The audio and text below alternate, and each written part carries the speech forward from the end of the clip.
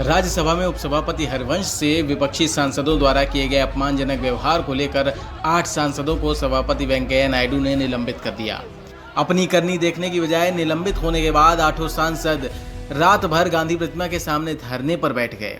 लेकिन उपसभापति की देखिए कि सुबह हुई तो डिप्टी चेयरमैन हरिवंश धरना दे रहे सांसदों से चाय लेकर मिलने पहुंच गए।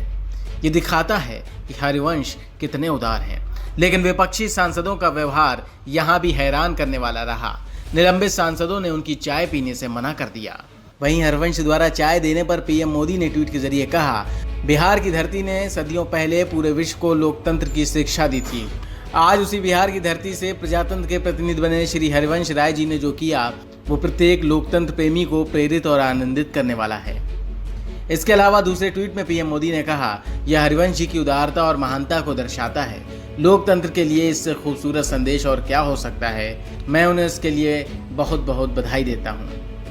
हरिवंश की तारीफ करते हुए पीएम मोदी ने लिखा, हर किसी ने देखा कि 2 दिन पहले लोकतंत्र के मंदिर में उनको किस प्रकार अपमानित किया गया, उन पर हमला किया गया और फिर वही लोग उनके खिलाफ धरने पर भी बैठ गए।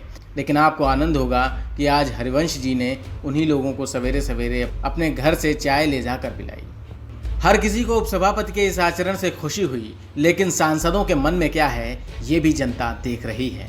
वहीं राज्यसभा में विपक्षी सांसदों के इस व्यवहार से आहत हुए हरिवंश ने इस पूरे मामले को लेकर उपराष्ट्रपति व सभापति वेंकैया नायडू को पत्र भी लिखा है। उन्होंने अपने पत्र में कहा है कि 20 सितंबर को राज्यसभा में जो कुछ भी हुआ उससे मैं पिछले 2 दिनों से आत्मपीड़ा और तनाव और मानसिक वेदना में हूँ। मैं पूरी रात सो नहीं पाया। अपने पत्र में हरिवंश ने लिखा है, भगवान बुद्ध मेरे जीवन के प्रेरणा स्रोत रहे हैं। बिहार की धरती पर ही आत्मज्ञान पाने वाले बुद्ध ने कहा था, आत्मदीपो भव। मुझे लगा कि उच्च सदन के मर्यादित पीठ पर मेरे साथ जो अपमानजनक व्यवहार हुआ उसके लिए मुझे 1 दिन का उपवास करना चाहिए। शायद मेरे लिए इस उपवास से सदन में इस तरह का आचरण करने वाले माननीय सदस्यों के अंदर आत्मशुद्धि का भाव जागृत हो जाए।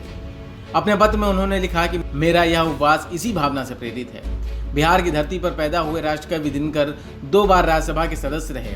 कल 23 सितंबर को उनकी जन्मतिथि है।